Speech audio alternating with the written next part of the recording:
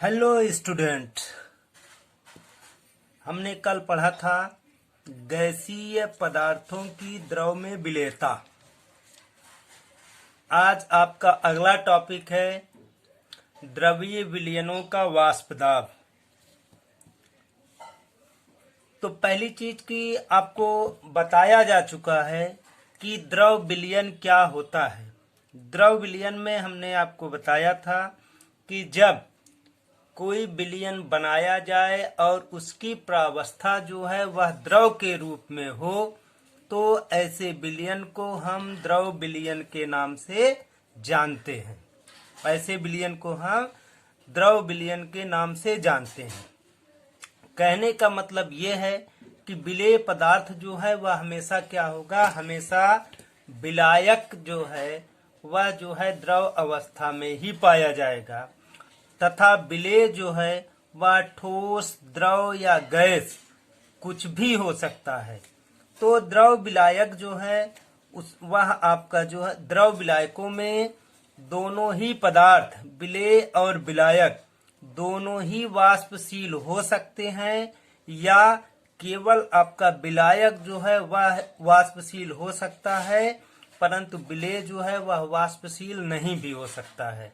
तो कहने का मतलब यह है कि जब हम द्रवीय विलयन बनाएंगे तो द्रवीय विलयनों में विलेय पदार्थ जो है वह आपका ओलाटाइल और नॉन ओलाटाइल दोनों हो सकते हैं, जबकि सॉल्यूशन का आपका सॉल्वेंट जो है वह ओलाटाइल ही होगा। तो यहाँ पे आपके दो टाइप के विलयन बनेंगे।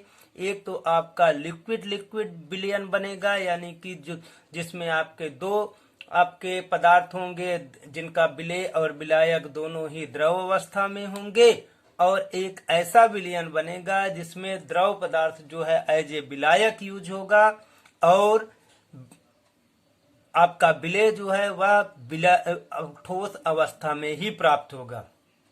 तो यहाँ पे सबसे पहले हम पढ़ेंगे द्रव द्रव विलयनों का वाष्प दाब, vapour pressure of liquid liquid, vapour pressure of liquid liquid pressure. तो यहाँ पे आपका क्या है कि ये आपका यहाँ पे प्रेशर ना होकर के क्या हो जाएगा, सॉल्यूशन। क्या हो जाएगा, solution. Vapour pressure of liquid liquid solution. तो अब यहाँ पे सबसे पहले हम क्या करें कि एक बंद डिब्बा लें। जैसे यहाँ पे आपको दिया गया है कि हमने क्या किया कि एक जो है बंद कंटेनर लिया। अब इस कंटेनर में आपके क्या हो गए कि दो टाइप के द्रव विलयन रखे गए। एक को हमने क्या किया है कि नीले डॉट से और दूसरा जो है रेड डॉट से दिखाने की क्रिया की गई है। जब दोनों को आपस में मिक्स किया गया, यानी कि दोनों द्रव विलयनों को आपस में मिक्स किया गया, तो पहली चीज की दोनों पदार्थ मिक्स होने पर एक विलयन बनाते हैं। पुनः इन विलयनों की कुछ वाष्प जो होती है वह ऊपर जाकर के एकत्रित होकर के पुनः द्रव इस विलयन की सतह पर दाब लगाने की क्रिया करती है। चूंकि ये पदार्थ आपके जो कंपोनेंट ए और कंपोनेंट बी या कंपोनेंट 1 और कंपोनेंट 2 यूज किया गया है, यह जो है वाष्पशील है, इसलिए यहाँ पे जो उपस्थित आपका वाष्प के कारण इस विलयन की सतह पर लगने वाला प्रेशर होगा उसको जो है हम वाष्प दाब के नाम से जानेंगे।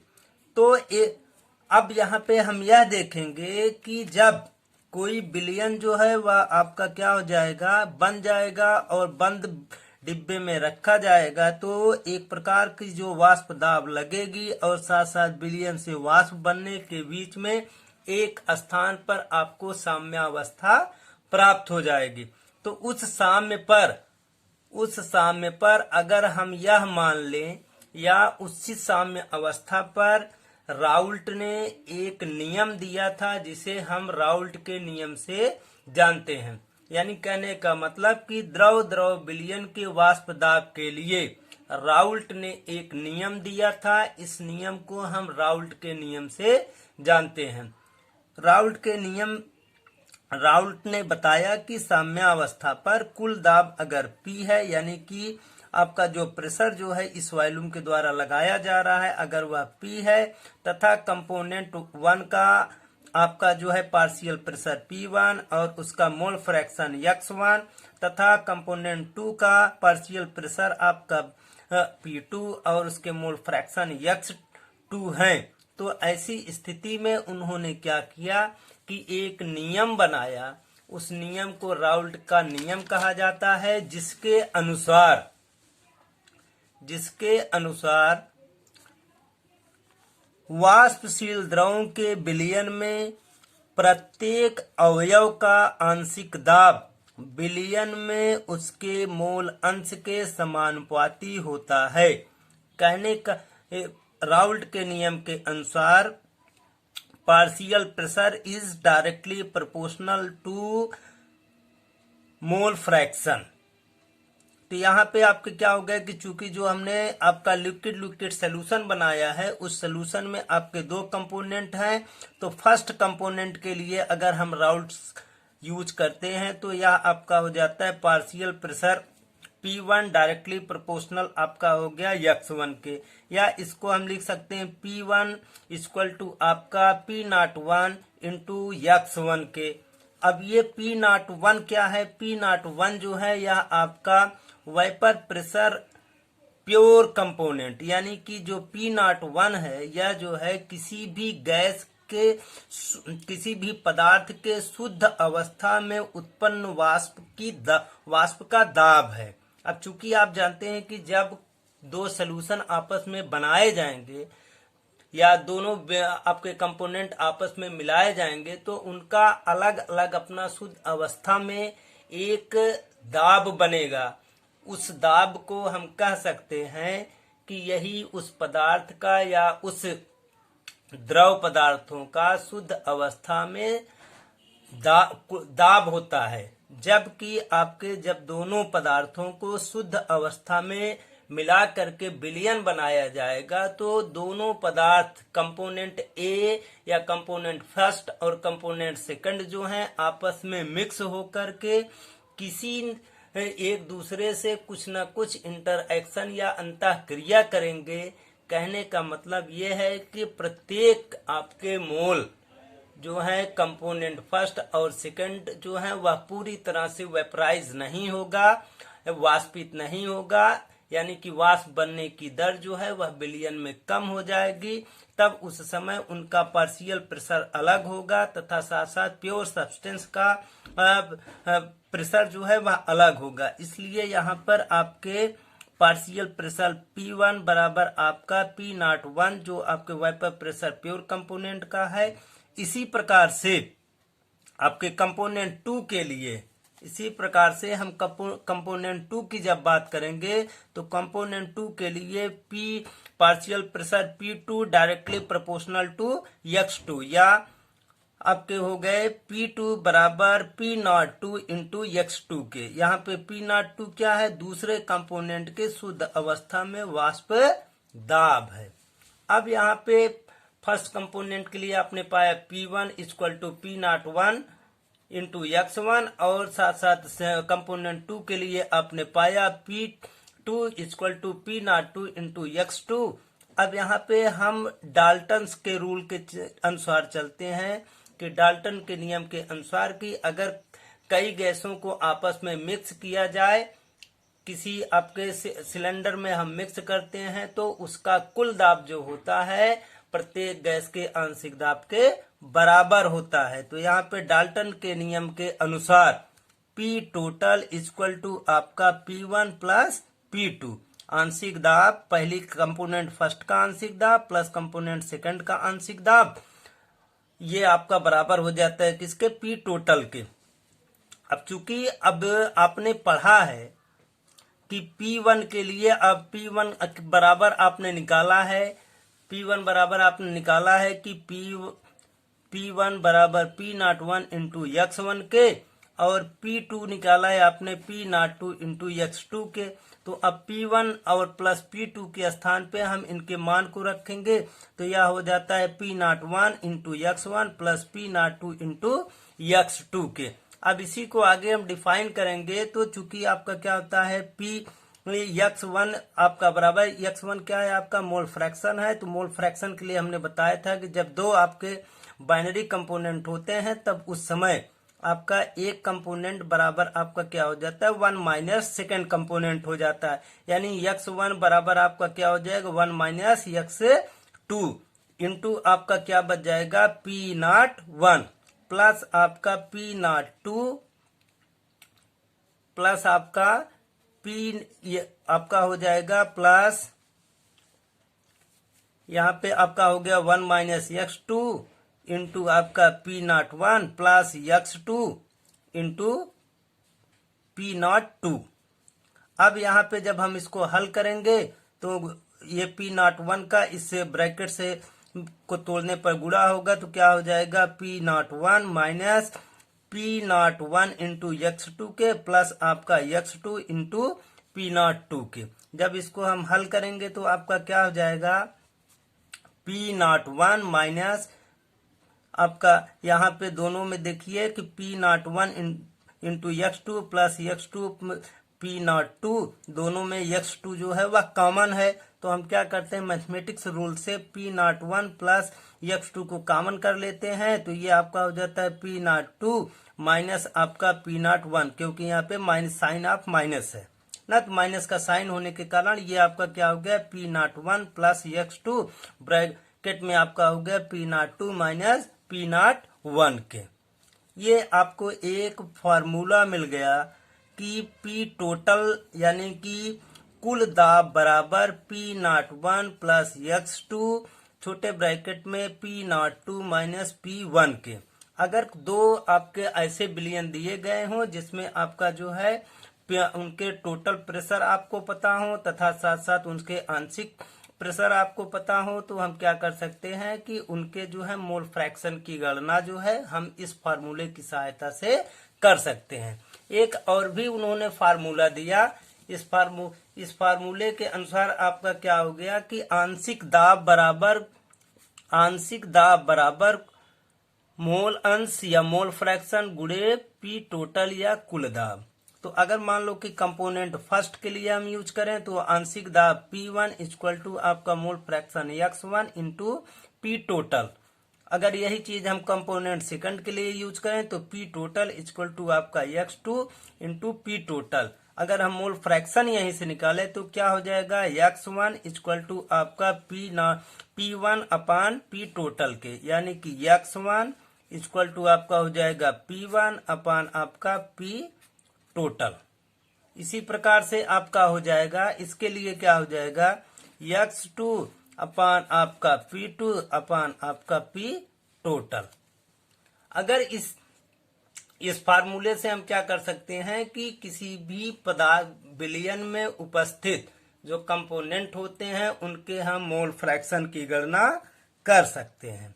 अब इसका अगर हम ग्राफ बनाएं, यानी कि अगर दो आपके जो है द्रव का विलयन बनाया गया तो उसका हम ग्राफ अगर प्लॉट करें तो हम देखेंगे कि एक कॉर्नर पे आपका क्या हो गया कि एक कॉर्नर पर आपका मोल फ्रैक्शन x1 यानी कंपोनेंट फर्स्ट का मोल फ्रैक्शन, दूसरे कॉर्नर पे आपका हो गया मोल फ्रैक्शन आप सेकंड कंपोनेंट, और ये आपका क्या हो गया और साथ साथ ये जो ऊपर की तरफ लाइन जा रही ये आपका क्या है उनके वेपर प्रेशर है। तो अगर x1 का वेपर प्रेशर जो है वह आपका जो है P1 है और x2 का आपका P2 है, तो दोनों को जब हम आपस में मिलाएंगे तो इनके मध्य में जो स्थिति बनेगी यानी कि P1 और P2 के बीच की जो स्थिति बनेगी साम्य अवस्था पर, वही आपका क्या हो जाएगा P टोटल हो जाएगा। तो इस प्रकार से हम क्या करते हैं ग्राफ की सहायता से भी जो है हम P टोटल की गणना आसानी के साथ विलयनों की दिखा सकते हैं। अब इसी पर आपका जो है एक क्वेश्चन ले लिया जाता है।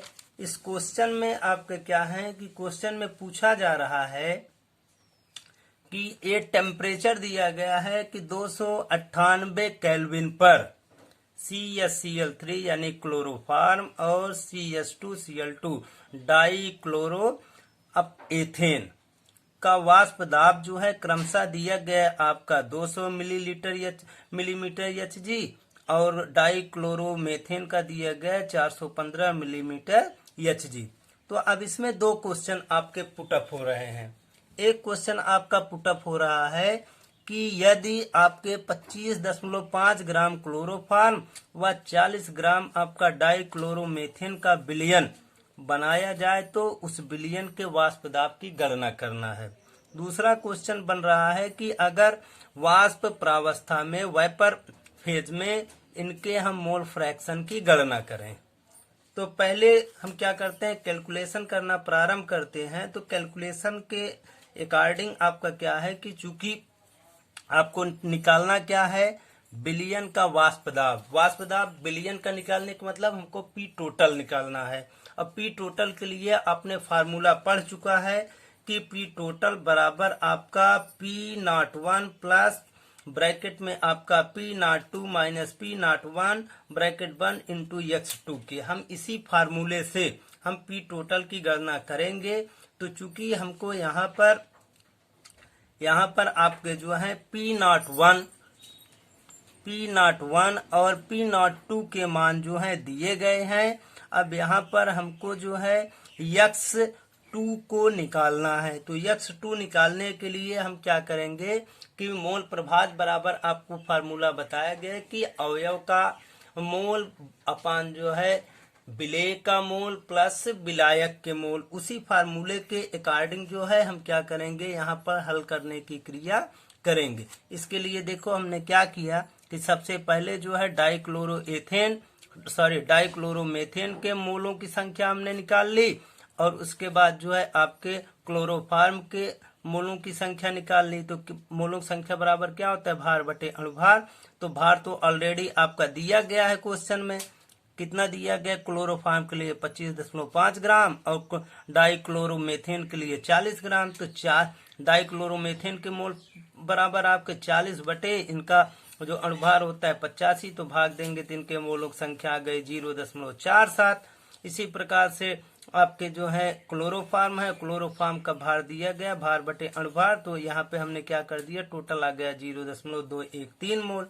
तो अब इससे हम मोल फ्रैक्शन की गणना करते हैं। तो मोल फ्रैक्शन CH2Cl2 यानी कि मेथेन। तो डाइक्लोरोमेथेन के जब हम मोल फ्रैक्शन की गणना करते हैं निकल के आता है 0.688।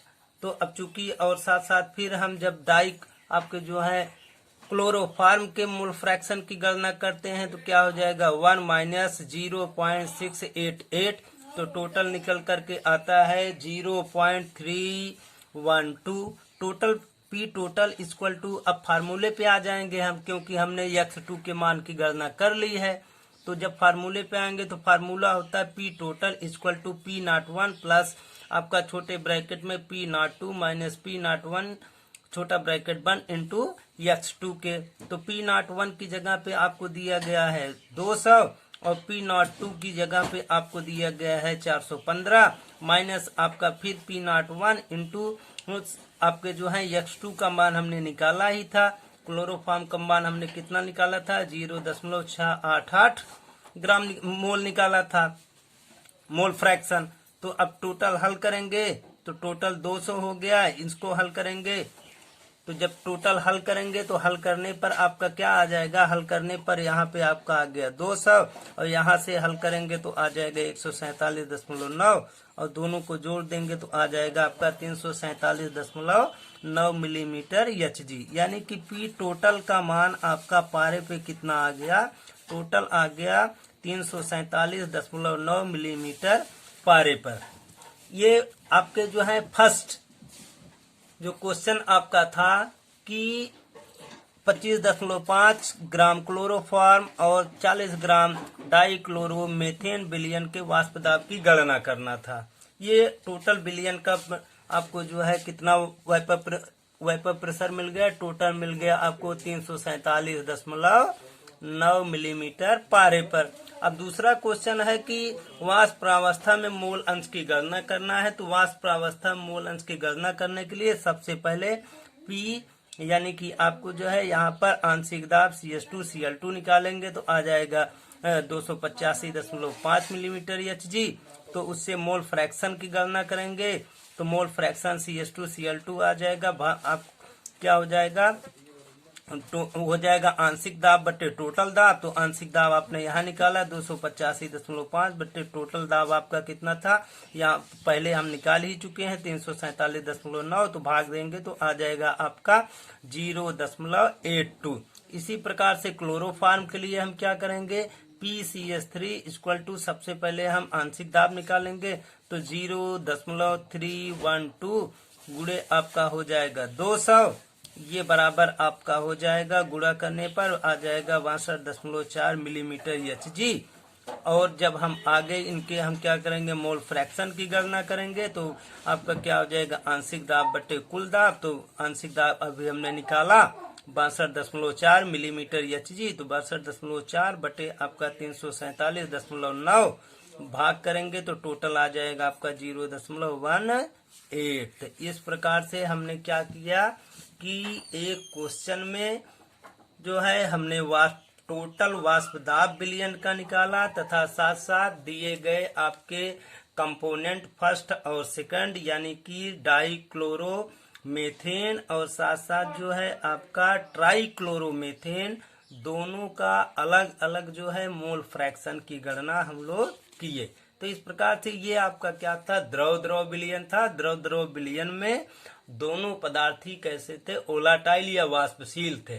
कल हम लोग पढ़ेंगे कि कोई द्रव विलयन है लेकिन उसमें जो है आपका ठोस पदार्थ डाला गया है और यह ठोस पदार्थ जो होता है अवाष्पशील होता है, तो वेपर प्रेशर पर उसका क्या प्रभाव होता है और साथ साथ उसकी कैलकुलेशन कैसे करेंगे। थैंक्स।